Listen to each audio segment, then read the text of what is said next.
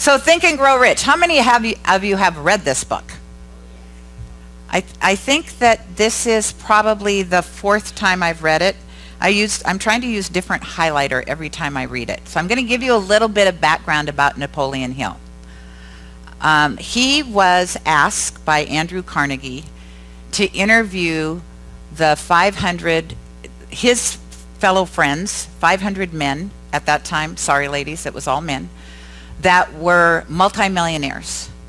They did not start out as multimillionaires. Most of these men never went through high school. And most people nowadays would think they're not going to do anything with their lives.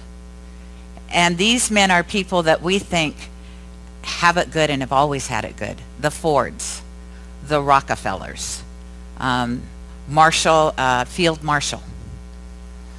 And so he went because his task was interview these men and find out what they did that changed their life from ordinary, ordinary, probably in poverty. Remember, this was during the Great Depression. He wrote the book in 1937. He interviewed these men for 20 years. And so the book literally has 13 different things that you can do, whether it's to think and whether you want to be rich or you just want to live your passion to the absolute fullest. That's why I would recommend this book.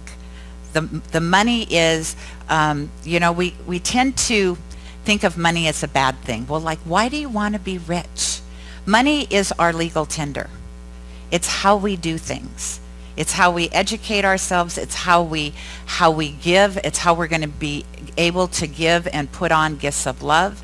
And so it's just a tender. It's energy. It is another energy of the divine. And so if you look at it from that angle, instead of looking at possibly, if any of you think rich might be a bad word, to just shift that in your mind, that it's a God energy. And so I'm not going to go through all 13 because we'd be here for 13 weeks. But I'm going to talk about desire. You have to have desire. And it has to be a desire that is so strong within you. You are ready to say, this is what I'm going to do, and I'm going to burn all the bridges behind me. There's going to be no return. How many of you have heard the story of, and I don't know whether it's true or not, it was a group of men that were in a war with another group of men. Thank God, women. See, we don't want to be involved in everything. But anyway, they sailed over to fight this war. And what the captain did was burn the ships. And what he said to his men is, we will either win this war or we will die. We have no other option. They were outnumbered and they won the war. And so it's desire. It's, will you put yourself out there? And it's not giving up on that desire.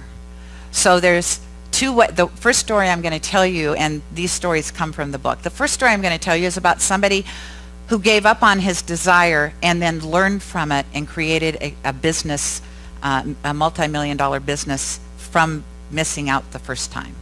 So it was during the gold rush, and he convinced his family to sell things and to donate a lot of money so he could travel west and be in the gold rush. And he found a load of gold. Is that the right word?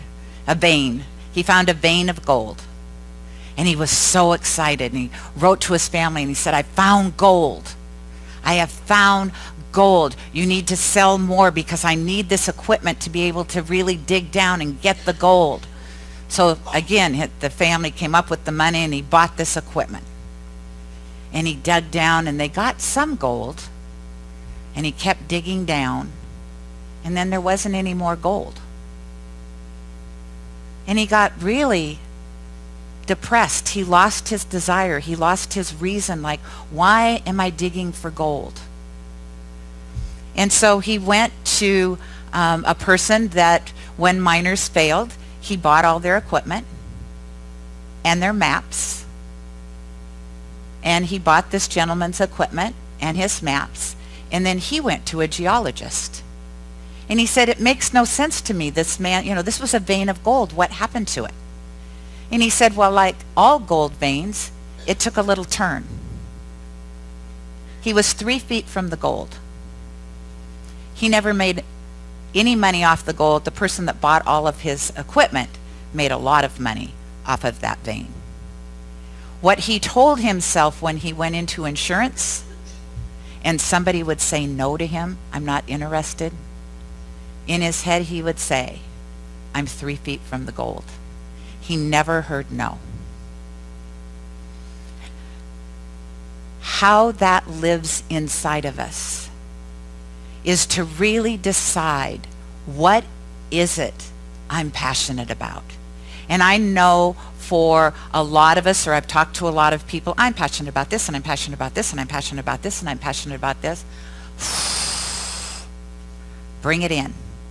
Find something that you're truly passionate about, that you know that for the rest of your life, that is what your heart's desire is to do.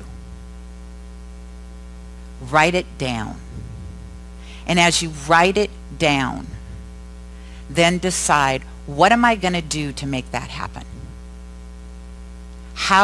What is it am I in exchange with the universe so I can live that passion fully? And so you write down what you're going to do. And then if any of you have worked in corporate America, with a SMART goal, you need a date. You need to tell the universe, this is the expectation. And then you write it out like a story. And then you read the story every morning and every night, and you never waver. See, here's what happens, I believe, with most of us. We have a desire, we write it down, we read it. It's our heart's desire. And then a year goes by. And then 2 years goes by. And by the 3rd year, most of us are ready to walk away. Because if it didn't happen in 3 years, well, obviously, it's not going to happen. Remember, you're 3 feet from the gold. There is no time and space in the universe. You don't know how long it's going to take for that dream to come true. And if it's your passion, if it's really your passion, you'll never give up on it. So one of the stories was about this gentleman named Barnes, and his desire, his burning desire, was to go into business with Thomas Edison, not to work for him. He wanted to be in business with him. And so it started out kind of like a wish, and then it just kind of overtook him as a driving force. This was why he was here. He knew this was what he was supposed to do. And one day, the desire became so strong, he hoboed on a train across the country, ended up in Orange, New Jersey, in Edison's office. Edison says he looked like a tramp. And what he said to Thomas Edison is, I have come here to go into business with you. Right now, today, I will do anything you want me to. And Edison said there was something in his eyes that he absolutely knew, if nothing else, this would be one of the best employees he had ever had. And for 5 years, he did anything. He cleaned floors. He ran errands. It didn't matter. He didn't care. I am with the man I intend to go into business with. I will stay here until that happens, or I die. 5 years. 5 years he worked there, menial jobs, doing whatever it took. And one day he had an opportunity that something came up, and it was that golden opportunity, and he went to Edison and said, here's my plan. And they went into business together. This book is filled with stories like that, filled with stories that are so science of mind. At the very beginning, he says, you can read one chapter, maybe even the introduction, and you'll figure out what it is I'm talking about. It might take you all 13 chapters to figure out what I'm talking about.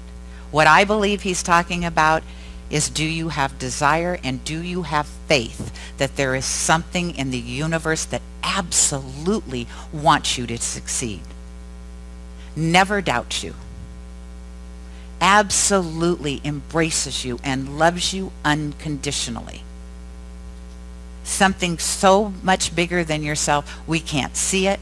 It takes faith to even know that it's there.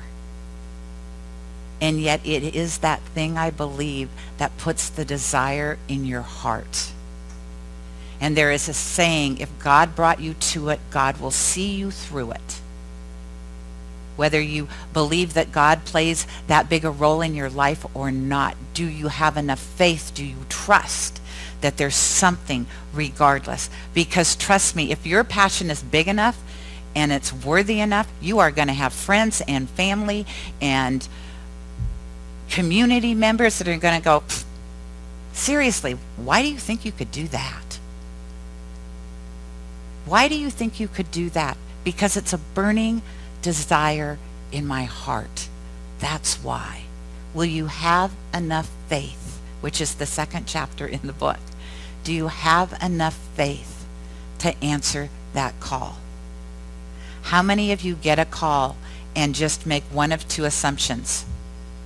I'm not going to pick that up, knowing perfectly well, because you've been tapped more than once to do something. Oh no, that's probably meant for somebody else. I'm not listening.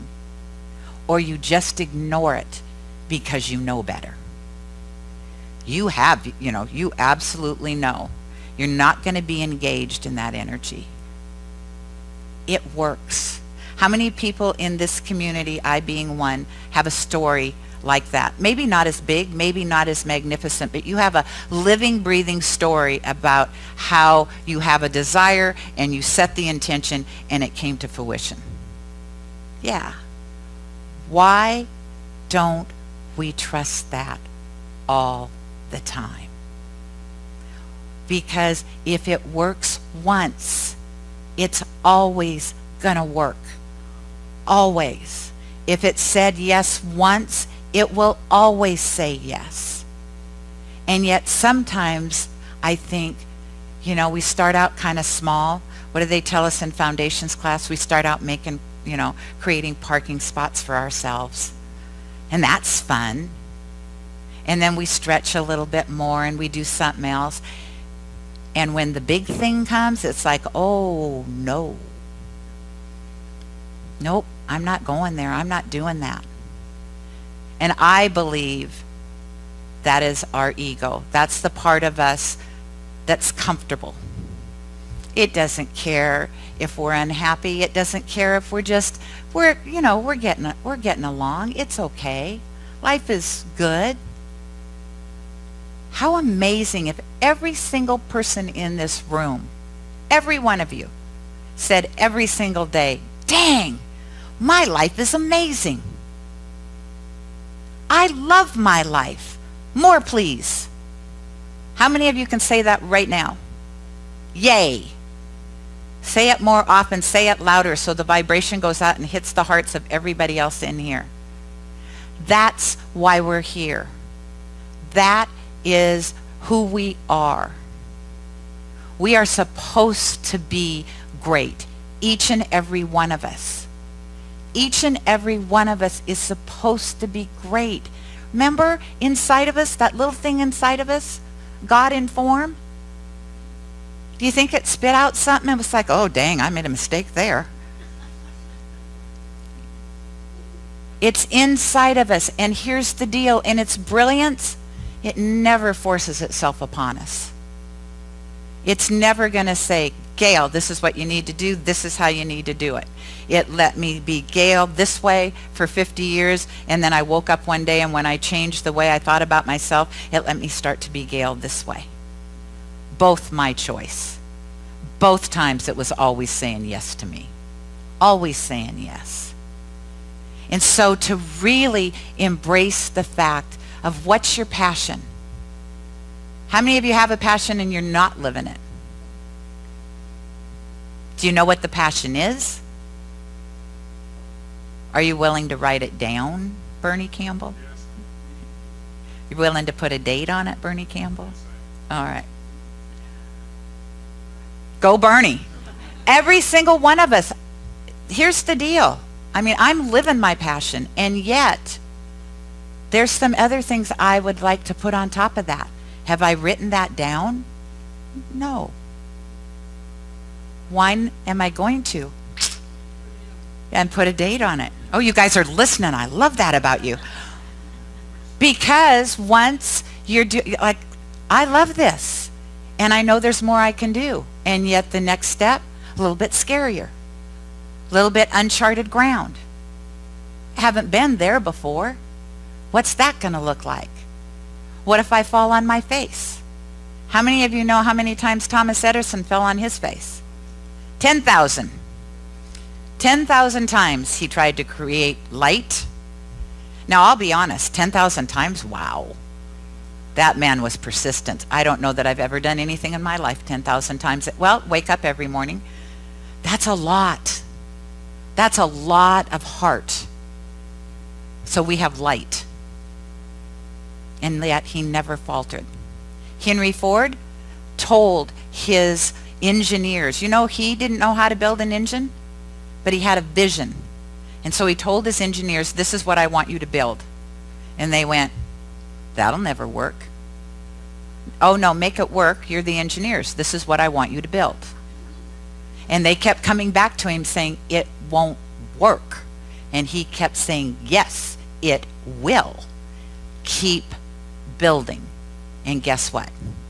One day, I don't know which engine it was, but one day, or I don't remember, one day it happened. So every time you hear no in your head, every single time you hear no in your head, what I want you to know is that is not your passion and that is not your higher self. Your higher self only says yes. So if you're not hearing a yes, your ego somewhere is involved in the decision that you're making. And I don't banish your ego. First of all, you can't. It's part of who we are. It's a great friend. It's gotten us through really some tough experiences in our life. It keeps us safe. Make an agreement with it. Tell it, you know what? I'm going to promote you. What I want you to do, instead of being my naysayer, I want you to start to be my cheerleader. I want you to tell me how magnificent I am every single day. And if you tell your ego that enough, guess what it's going to start to do? Because it's a parrot. So if you tell it, tell me how fabulous I am every single day, it will start doing it. Does anybody in this room think they're not fabulous? Oh, thank you, God. We're all fabulous. We're all here. And we're here at Genesis on a Sunday morning in community because I believe the human spirit, we need each other. We really need each other. We need each other for laughter. We need each other for physical touches, for hugs. We need each other so that when you say, I want to invent an airplane, we'll all say, great. You go first, but great. What is it that your heart really wants you to do? And whatever that is, find at least one person here that you can sit down with and share that experience. And I say here because I would hope that we all love each other so much that no matter what was going on in our head about, whoa, really? I don't know if that's ever going to happen. We would say, wow, that is amazing. What's your first step? when you write that plan, one little step every day. Do you know how many people set a goal and it's out there and then it looks so big? They're afraid to take the very first step. And so what you do is, what can I do today? One little thing. What can I do today to take one step closer to the life I truly want to live? Or maybe it's, what step can I take today to make the life I'm living even more magnificent than it is already? And that's not greed. I think I'm just answering the call. Pick up the phone and really start to say yes to your soul, to your heart's desire. You're the only person that knows what that is. The only person. And most people, when you say, what's your heart's desire? The immediate response is they don't know. Or they're uncomfortable sharing. If you ask somebody what's going wrong in their life, sit down and prepare to listen. Because we all seem to go to what's wrong instead of what's right. And what I have found is, when I look at what's wrong in my life, all I have to do is go, well, if that's wrong and I want something different, what is it that I want different? And there I've got my what's right, or what I want to build on. And so each one of you, I know, has a passion.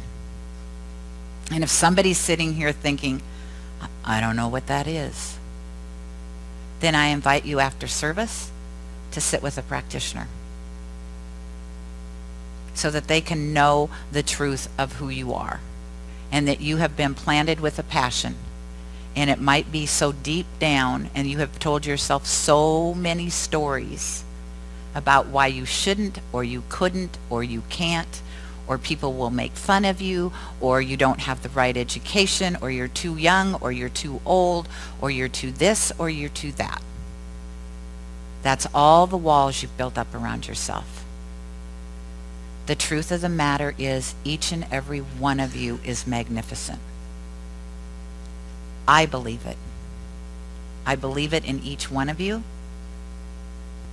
And I can see it because I believe it in myself now. And you're all just a reflection, remember? Every single one of us, a reflection for each other. So be that magnificence. Let's pray. Oh, and just standing in this energy of the divine, knowing that we are living, breathing, having our existence in that place I love to call the storehouse of good. We can't leave it. It's infinite. We're here to play within it with each other, knowing the truth of who we are, supporting and loving each other up as we express and become that passion. And so I know that that is all that God is: love and delight and wonder and awe. And it lives within us, so we are certainly all of that, each and every one of us. I claim it for myself. I claim it for each of you. And as I make that claim, that knowingness, that connection, I speak my word for freedom for each one of us to truly honor the desire that lives within us, to truly step into who we have come here to be, knowing that each one of us has that flame. Each one of us is that God-informed, individualized, perfect. And so we break down all the walls. We peel back the onion to look at that gorgeous us in the center, to say, yes, I'm worth it. I'm doing this. So that's what I know for myself, and that's what I know for all of you. That you step into your passion. You quit thinking you can't, and you know that you will. And so that is the gift of this day. I just say thank you, Father, Mother, God, Spirit, for this gift, this knowing, this community. I turn these words over into the law, knowing that as they are spoken, it is already so, it is done. God, the infinite, has said yes. Ascended masters and angels are dancing around us in this very moment, saying yes. And so I just turn it over as I let go, I let God. And together we say, and so it is. Namaste.